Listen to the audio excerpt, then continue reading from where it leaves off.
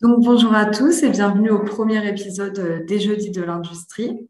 Donc, c'est le premier épisode d'une série de webinaires.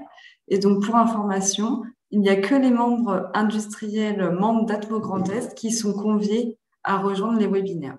Donc, maintenant, je vais donner la parole à Emmanuel Grafsonsou pour la présentation. Vous pouvez commenter en direct dans le chat si vous avez des questions qu'on répondra bien évidemment à la fin de ce webinaire et du premier épisode des Jeudis de l'Industrie. Voilà, à vous Emmanuel. Merci Margot. Bonjour à tous. Bienvenue sur cette première tranche de webinaire qui est relative à l'explication, le descriptif de l'accompagnement global d'Atmo Grand Est auprès de ses industriels membres de la structure.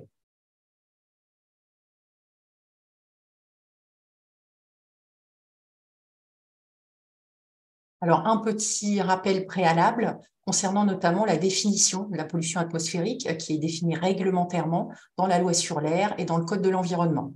Donc, c'est l'introduction de substances qui sont émises par l'homme de manière directe ou indirecte dans l'atmosphère ou dans les espaces clos et qui ont des conséquences préjudiciables. Donc, une substance est considérée comme polluante à partir du moment où, effectivement, ces niveaux de concentration ont un effet soit sur la santé, sur les ressources biologiques, les écosystèmes, sur le climat ou sur les biens matériels. Une substance peut également être considérée comme polluante à partir du moment où elle provoque des nuisances olfactives excessives. Un autre préalable qui est important à avoir à l'esprit concernant les différentes métriques qui sont utilisées dans le domaine de l'air ambiant. Habituellement, on travaille à partir de deux types de métriques. La première qui est relative aux émissions. On parle souvent d'émissions lorsqu'on souhaite notamment caractériser les différentes sources de pollution. Elles sont habituellement exprimées en quantité par an, en tonnes, en kilos par an, polluant par polluant, et elles sont compilées dans le cadre d'inventaire des émissions qui nous permettent d'identifier ces sources et de suivre effectivement si ces sources augmentent ou diminuent en fonction des différentes actions qui sont mises en œuvre. Donc, ces informations permettent notamment, dans leurs usages, de piloter un certain nombre d'actions et de vérifier, dans le cadre soit d'outils de pilotage au niveau des industriels ou d'acteurs économiques, ou bien dans le cadre d'outils de planification territoriale, de vérifier si les actions conduisent bien à une réduction des émissions polluantes à la source. Deuxième métrique qui est utilisée, les concentrations. Donc, c'est la quantité de substances présentes dans l'air en quantité par mètre cube d'air respiré. Donc, on parle habituellement de microgrammes, de milligrammes, de nanogrammes par mètre cube qui permettent d'évaluer l'exposition, notamment sanitaire, à ces polluants. Et a fortiori, de vérifier, lorsque ces valeurs de gestion existent, le respect de la réglementation concernant notamment l'air ambiant. Une autre notion à conserver à l'esprit est relative à l'approche transversale, air, climat, énergie. Alors, habituellement, lorsqu'on évoque la problématique du changement climatique, la problématique des polluants atmosphériques, on est sur deux notions, sur deux problématiques qui sont différentes. Même si les sources sont communes pour beaucoup d'entre elles, notamment celles qui sont en relation avec les consommations d'énergie de type fossile, charbon, pétrole et gaz, et qui, effectivement, lorsqu'on agit sur cette source, va conduire à une réduction des émissions de gaz à effet de serre et également de polluants atmosphériques. Néanmoins, ce type d'action ne conduit pas systématiquement à un co-bénéfice pour l'une ou l'autre de ces problématiques parce que nous avons des sources exclusives de gaz à effet de serre ou des sources exclusives concernant les polluants atmosphériques. Donc, il est toujours important de conserver à l'esprit la nécessité de vérifier que les actions mises en œuvre conduisent certes effectivement à une réduction des émissions de gaz à effet de serre, mais s'assurer également que ça ne conduit pas à une augmentation des polluants atmosphériques et réciproquement. Alors, concernant notre structure, nous sommes donc une association agréée de surveillance de la qualité de l'air, acronyme ASCA. Notre fonctionnement, nos missions sont définies dans le cadre de la loi sur l'air et l'utilisation rationnelle de l'énergie de 1996 et découlent des obligations au niveau européen de suivi, de surveillance de la qualité de l'air ambiant sur l'ensemble des territoires membres. Donc, il est précisé que l'État assure cette surveillance avec le concours des collectivités territoriales et que dans chaque région, l'État confie cette mise en œuvre à un organisme agréé à l'échelle régionale. Donc, vous avez ici l'ensemble des associations de surveillance de la qualité de l'air réparties sur le territoire, incluant l'ensemble de la métropole, mais également les territoires outre-mer qui sont également couverts en totalité. Donc, nous sommes fédérés au sein d'une fédération Atmo France. Notre gouvernance est une gouvernance de type associative, avec 4 collèges qui sont présents au sein de notre conseil d'administration. Un premier collège qui regroupe les représentants de l'État, de l'ADEME, de l'ARS notamment. On échange notamment fortement avec les services de l'ADREAL. Un deuxième collège constitué des collectivités territoriales, dont la région et certains départements. Un troisième collège qui est représenté par vous-même, hein, le collège des industriels. Ces 3 collèges étant des collèges financeurs. Le dernier collège est constitué des associations de protection de l'environnement et personnalités qualifiées, qui est un collège non financeur. Donc, ce mode de fonctionnement nous permet d'assurer des valeurs notamment d'impartialité et de transparence qui sont importantes, notamment dans le cadre de certaines problématiques de territoire. Donc, en tout, nous avons 259 membres de la structure, constituée par 12 représentants État, une cinquantaine de collectivités, 149 industriels et 48 personnalités qualifiées. Nos valeurs, au-delà de ce que je viens d'évoquer, que sont l'impartialité, c'est effectivement l'expertise que nous réévoquerons. La proximité, nous avons 4 sites, un site sur Reims, Metz, Nancy et Schiltigheim. Des données qui sont également transparentes puisqu'elles sont mises à disposition sur notre site Internet. Et puis l'exemplarité qui est également importante pour notre structure. S'agissant de notre cœur de mission, notre mission réglementaire, nous sommes donc tenus de fournir dans un référentiel extrêmement précis des données de référence qui permettent d'alimenter l'État français, qui remonte ces données au niveau européen pour s'assurer du respect et de la conformité de la qualité de l'air ambiant sur l'ensemble du territoire. Cette mission concerne un nombre très précis de polluants. Donc, les polluants qui sont réglementés, c'est environ plus d'une dizaine de polluants, qui incluent à la fois des polluants gazeux et des polluants particuliers. Donc, vous pourrez constater dans cette liste qu'on a effectivement des polluants qui sont assez ubiquistes, hein, qui peuvent être produits par différentes sources et qui sont souvent associés d'ailleurs à des phénomènes de combustion. En termes de mission, dans ce cadre réglementaire, donc nous devons bien sûr, pour surveiller, mesurer, évaluer la qualité de l'air en tout point du territoire, également une mission de modélisation et de prévision des pics de pollution, un travail de fourniture d'inventaire des émissions à l'échelle territoriale et enfin de communication et d'information, sensibilisation de l'ensemble des acteurs du territoire, incluant la société civile. Cette mission réglementaire est financée via ce que l'on appelle un contrat associatif qui est abondé via la subvention du ministère en charge de l'environnement, l'adhésion des collectivités sur la base du volontariat, également sur la base du volontariat, donc l'adhésion des industriels hein, via le versement de votre taxe générale sur les activités polluantes, partie R. S'agissant de nos outils qui sont disponibles au sein de la structure et qui peuvent être déployés au-delà de nos missions réglementaires, donc nous avons effectivement un réseau de mesures de stations fixes. C'est environ 80 stations qui sont réparties sur l'ensemble de la région et 174 analyseurs, hein, un analyseur correspondant à un polluant.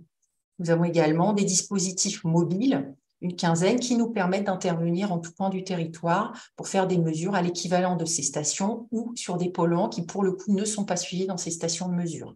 Et enfin, pour pouvoir garantir des cartes de pollution, nous disposons d'outils de modélisation à l'échelle régionale, à des échelles parfois plus fines en fonction des thématiques, et qui nous permettent, entre 2 points de mesure, de reconstituer les niveaux de concentration et effectivement de produire une information sur la totalité du territoire. L'ensemble de ces mesures bénéficient certification d'accréditation. Nous sommes donc certifiés ISO 9001 et également accrédités sur deux paramètres. L'un relatif donc, à la métrologie de mesure sur les polluants réglementés et également sur l'air intérieur.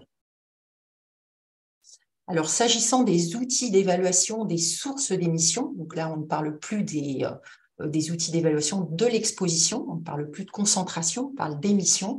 Donc, nous travaillons sur des inventaires des émissions qui s'appuient sur une méthodologie à partir de données extrêmement nombreuses. On s'appuie sur environ 300 sources de fourniture de données, des données souvent statistiques qui nous permettent d'évaluer à partir d'une méthodologie réglementaire qui est mise en œuvre par le CITEPA, qui est l'organisme de référence au niveau national, parce que l'État français aussi doit partager ses inventaires des émissions à l'échelle nationale. Donc, nous les mettons en œuvre à l'échelle régionale. Elles alimentent un grand nombre d'outils de planification du territoire et sont pris comme référence pour suivre justement la contribution des différentes sources d'émissions sur les territoires et leurs évolutions année après année. Donc, le principe est d'estimer ces émissions à partir de données d'activité qui sont effectivement récupérées au sein de différents organismes sur un certain nombre de thématiques auxquelles on multiplie un facteur d'émission, ces facteurs d'émission étant définis et fixés par le CITEPA. Donc, ça nous permet de reconstituer sur l'ensemble des grands secteurs de pollution, effectivement, les émissions associées territoire par territoire, et notamment à l'échelle des EPCI, mais on peut également descendre à l'échelle des communes. Alors, vous avez ici effectivement une illustration des produits issus des inventaires des émissions, donc sachant que ces inventaires couvrent 72 polluants, intégrant les polluants atmosphériques et l'ensemble des gaz à effet de serre. Nous intégrons également des inventaires concernant les productions d'énergie, notamment d'énergie renouvelable et de consommation d'énergie à l'échelle des territoires. Et puis, nous avons un recul sur une dizaine d'années auxquelles on ajoute l'année 1990, qui est l'année de référence concernant les objectifs à atteindre en termes de réduction des gaz à effet de serre. Donc, vous avez ici un exemple. Par exemple, pour les particules inférieures à 10 microns, à l'échelle de la région, où on retrouve l'évolution de la contribution en émissions des grands secteurs polluants sur le territoire. Donc, vous voyez effectivement qu'on observe une baisse générale et un secteur prépondérant pour le secteur des particules à l'échelle régionale, qui est le secteur agricole en vert. On peut également produire des informations de type géographique et produire ce qu'on appelle des cadastres qui nous permettent de visualiser de manière cartographique effectivement ces émissions produites polluant par polluant à l'échelle des communes.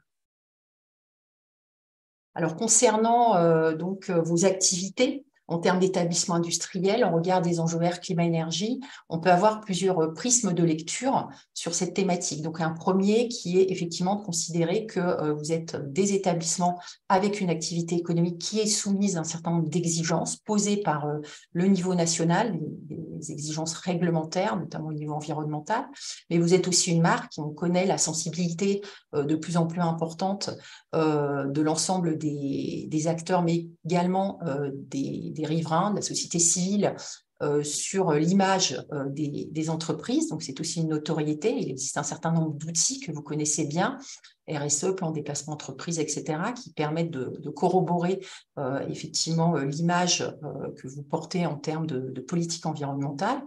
C'est aussi une adresse, c'est-à-dire une implantation sur le territoire au sein d'un écosystème territorial où se côtoient un certain nombre d'acteurs qui peuvent être également émetteurs de substances polluantes et pas forcément des industriels d'ailleurs. Vous avez bien entendu, puisque vous versez une taxe générale sur les activités polluantes, des rejets avec probablement et certainement une politique environnementale associée avec certains enjeux qui sont notamment portés au niveau national, comme la décarbonation de l'industrie. Et puis, vous avez également des équipes plus ou moins importantes. Et ces salariés sont aussi pour nous un public relais en termes de citoyens, pour notamment les sensibiliser sur les bons gestes, en termes de pratiques de mobilité, notamment pour réduire les émissions polluantes. Alors, les axes d'accompagnement d'Atmo Grand Est auprès de ses membres industriels sont de deux natures. Alors, le premier, vous le connaissez bien puisqu'il est piloté par vous-même. C'est tout ce qui relève des différentes actions de gestion environnementale, soit pour répondre à la réglementation, soit dans le cadre de politiques volontaristes, de stratégies pour effectivement aller au-delà des exigences réglementaires. Et vous pouvez être amené, bien entendu, à avoir des échanges avec les communes, les riverains, notamment dans le cadre des CSS. Sur lequel vous pouvez être présent si la réglementation le demande. Donc, Atmo Grand Est peut vous accompagner sur ces différentes tâches en partageant un état de l'environnement objectivé sur l'emprise territoriale sur laquelle vous vous trouvez, dans le cadre de campagnes de mesure, scénariser différentes actions par nos outils de modélisation et sensibiliser également vos salariés. Il y a un deuxième axe qui est moins appréhendé, suivant les industriels, qui est le fait que cette stratégie air climat énergie est également pilotée par le territoire. Et en tant qu'acteurs de cet écosystème territorial, les collectivités travaillent sur ce sujet et quelque part travaillent également sur vos données. Donc, notamment dans le cadre de différents outils de planification des territoires, qu'il s'agisse des plans climat, air, énergie territoriaux, qui sont particulièrement précis en termes de diagnostic et qui s'appuient justement sur les inventaires des émissions que nous produisons. Vous avez certains territoires qui peuvent être particulièrement volontaristes sur certains sujets, sur certaines thématiques, pour réduire les émissions sur leur territoire. Et puis, ces territoires souhaitent aussi souvent aménager des espaces d'échange avec des secteurs sur lesquels ils n'ont pas forcément des leviers d'action directs, donc avec le secteur industriel, par exemple, ou avec les riverains, les habitants, qui ont aussi des leviers d'action pour réduire les émissions polluantes. Donc, dans ce cadre-là, Atmo Grand Est est en capacité, dans le cadre de l'adhésion aussi, de vous accompagner s'il y a volonté d'être plus présent sur ces stratégies territoriales. La plupart du temps, les industriels sont rarement présents à ces échanges, à ces constructions, alors même qu'on parle effectivement de vous de manière assez régulière.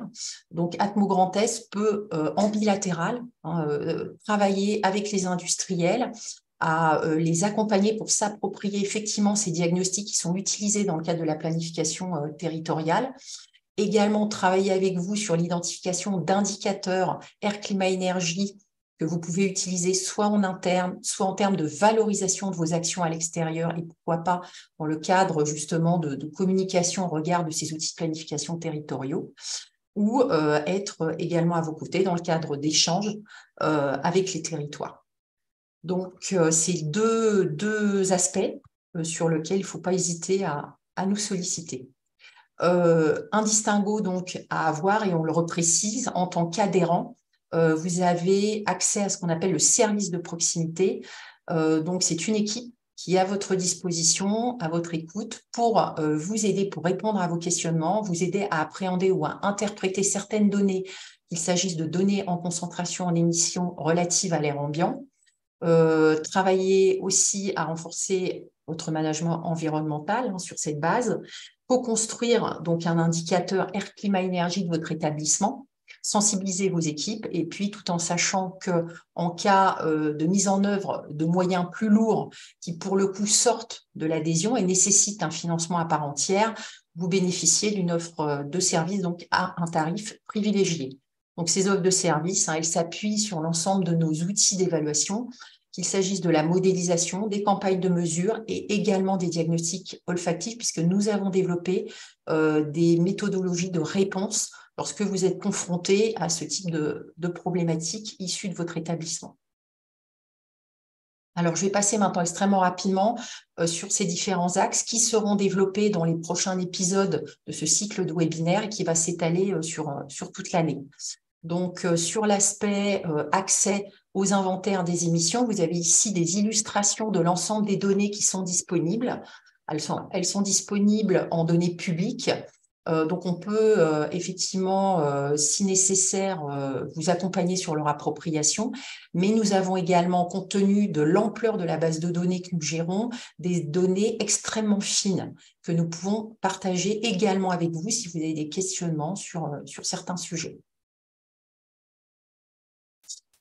Alors, également, dans le cadre de l'adhésion, bien entendu, si vous avez des questionnements, des interrogations, besoin de certains bilans en regard de nos stations de mesure qui sont réparties sur leur territoire, certaines d'entre elles peuvent peut-être vous intéresser. Il ne faut pas hésiter non plus à nous solliciter et nous en faire la demande. D'autres dispositifs de surveillance existent en dehors du suivi des polluants dans l'air ambiant, qui vous intéressent moins, mais pour information. Le suivi de la radioactivité, nous avons des sondes qui sont réparties un peu sur l'ensemble de la région, également le suivi des pollens. À noter également que si vous avez des questionnements sur les procédures de déclenchement des pics de pollution, Atmo Grand Est ayant délégation de la préfecture pour déclencher les différents seuils, on est au cœur du dispositif et on peut également répondre à vos interrogations, vous accompagner sur certains questionnements. Concernant le management environnemental, donc également la possibilité de vous accompagner sur des participations aux journées environnement, journée RSE de vos entreprises, sur des thèmes à travailler ensemble. On peut zoomer sur certaines thématiques qui vous sembleraient les plus pertinentes. Bénéficier donc de l'indicateur interne tel que je l'ai évoqué. Accompagner à la mise en place des plans de déplacement urbain. Et nous avons également tout un panel de documents, d'outils numériques en termes d'information, de communication qui peuvent être mis à votre disposition. Sur la sensibilisation donc des équipes, qui est intéressante parce que c'est vraiment échanger avec vos salariés pour les sensibiliser en tant que citoyens aussi à ce que eux travaillent à une amélioration de la qualité de l'air via leur propre levier d'action. Donc, vous avez ici effectivement un exemple de différentes sensibilisations qui peuvent être mises en œuvre. Donc, concernant l'air ambiant, sur les polluants réglementés, qu'est-ce que la réglementation, les valeurs limites, tout ce qui tourne autour du transport, de la mobilité.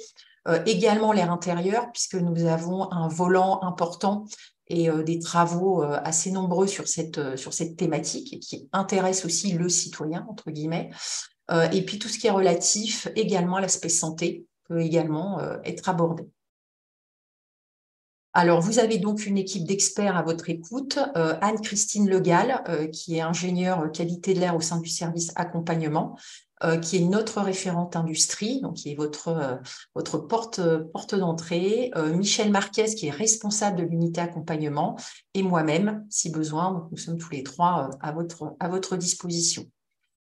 Et pour terminer, donc sur l'offre de service, donc je passe assez rapidement dessus. Ça vous sera, comme je l'ai précisé, détaillé dans les prochains épisodes. Donc tout ce qui relève de la mesure en air ambiant ou en air intérieur, on a effectivement bénéficié de cette image de tiers de confiance, ce qui nous permet d'intervenir et en tout cas de produire des diagnostics partagés et acceptés lorsque parfois il y a des situations un petit peu tendues avec les riverains.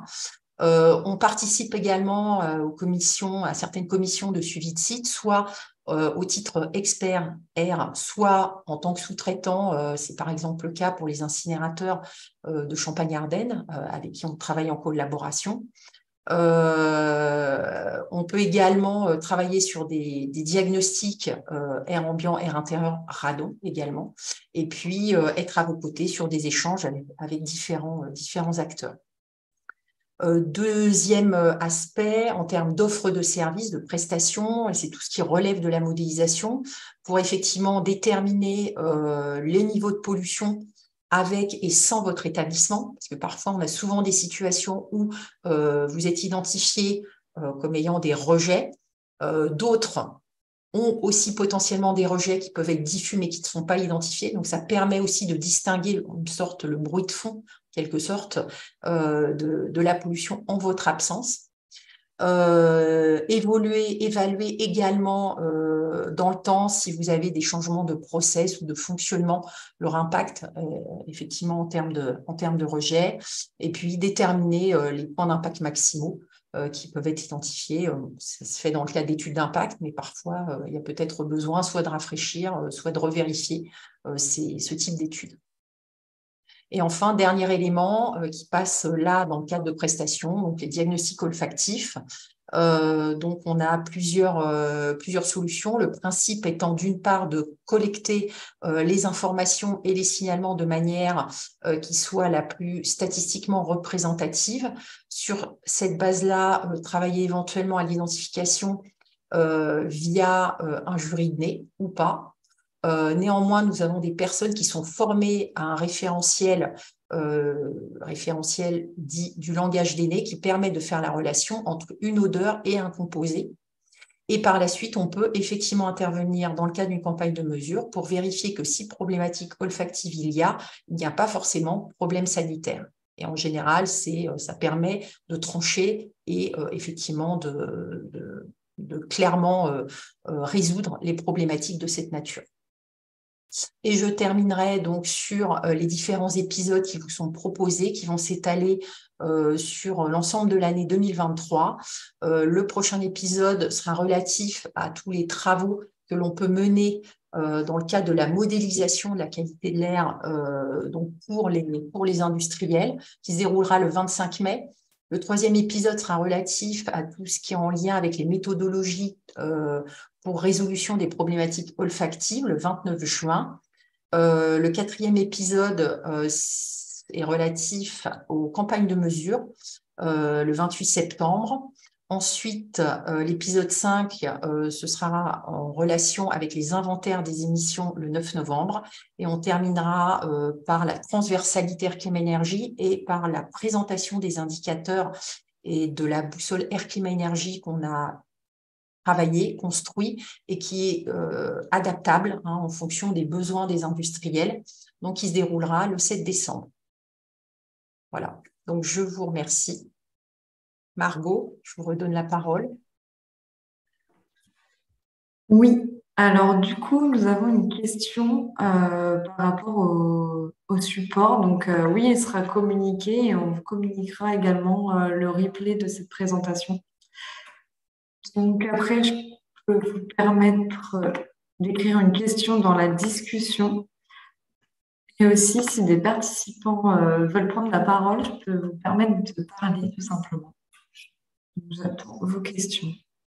Je vois qu'il est 13h59. Oui.